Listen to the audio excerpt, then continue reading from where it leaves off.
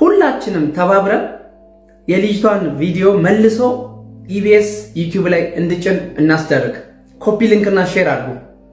ከዛ ሲቀጥል ደግሞ በልጅቷ ስም ብዙ የባንክ አካውንት አለ። ከዚህ ውጪ ሌላ የባንክ አካውንት የለም። እባካችሁ ጥንቃቄ አድርጉ። ኢቢኤስን ሜንሽን እያደረጋችሁ መልሶ የልጅቷን ቪዲዮ እንዲፖስት እናስደርግ። ይሄ ለኢትዮጵያ ሕዝብ ንቀት ነው። ተደፍራ ይሄን ሁሉ መከራ ያየች ሐሳቧ፣ ጭንቀቷ የኢትዮጵያ ሕዝብ ይየው። ልቀቁት። እንደኛው ትጥቅ የለበሰው እዚህ ጋር ግቡ እንዴ ህይወታችሁን ማትረፍ አትፈልጉም ሲለን እሺ ብለን ታርጋብገመን ሰው ሁላችን ሰዎች አንድ ላይ ወጥተን ገባ። እንደዚህ ያለን ሰዎች ለካ ውስጥም ውጭ የሚተኩሱ የነበሩት እነሱ ናቸው። እንሄዳለን መንገዱ ያልቀው 6 ሰዓት ፈጀብን። ምን ጠጣው ውሃ ስናጣ ደግሞ የተገደበ ነገር እናገኛለን። እሱን ልብሳችን ዘፈዝፍና ልብሳችን እየጨመቅን ነበር። እንደዚህ ያንጠፈጠፍን ነበር። ልብሳችን እየመጠጥን ምንጠጣ ከደፈሩ በኋላ ምንድነው እንትን ራሴን ስስት አይ እንደዚህ ያቆንማ በዚህ ነው ስሜታችን የሚኖርልና እንዲህ ነው ቀጥታ እንደዚህ ሲወጉ የነበረው ማለት ነው። ስዳስ ሰው ራሱ ቁስሉ ይታወቀኝ ነበር። በቃ አርቃንሽን ሆነሽ በጣም የሚያሳዝን ቁምጣ ነበረች።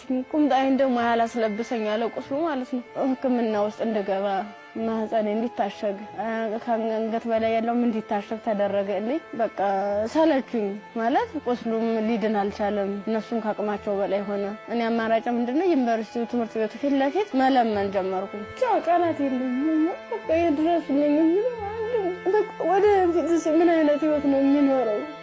ማደርገው ለምን ነገር በጣም ይራበኝ ነው። በቃ ራበኝም ጀምሮ እንደዚህ ምድሩ ሁሉ ጨልሞብኝ ነገ ወዲያ የተሻለ ህይወት አገኛለሁ ብዬ ነገ ወዲያ ጥሩ ቦታ ደርሳለሁ ብዬ አሰብኩት ልጅ መጨረሻው እንደዚህ ሲያመር እንደዚህ ሲሆን በጣም ከፋኝ። ነገ ወዲያ እንዴት ነው የምሆነው? ምንድነው ማድረግስ የምችለው? በምን አይነት መልኩ ነው ህይወቴንስ መጠገን የምችለው? አይዞሽ የምለኝስ ማንኛው ነው?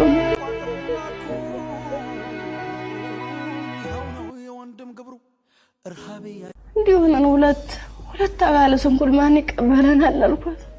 ምክንያቱም ማንም ቢሆን እንደዚህ ደም እየፈሰሰ እንደዚህ ምድሩ ሁሉ ጨልሞብኝ ነገ ወዲያ የተሻለ ህይወት አገኛለሁ ብዬ ነገ ወዲያ ጥሩ ቦታ ደርሳለሁ ብዬ አሰብኩት ልጅ በቃ መጨረሻው እንደዚህ ሲያመር እንደዚህ ሲሆን በጣም ከፋኝ።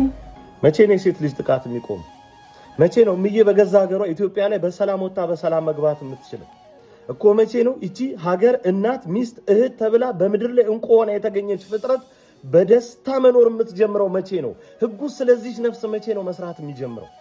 ለነገሩ ዋናው ደፋሪ መንግስት መሆኑን በግልጽ ተመለከተ።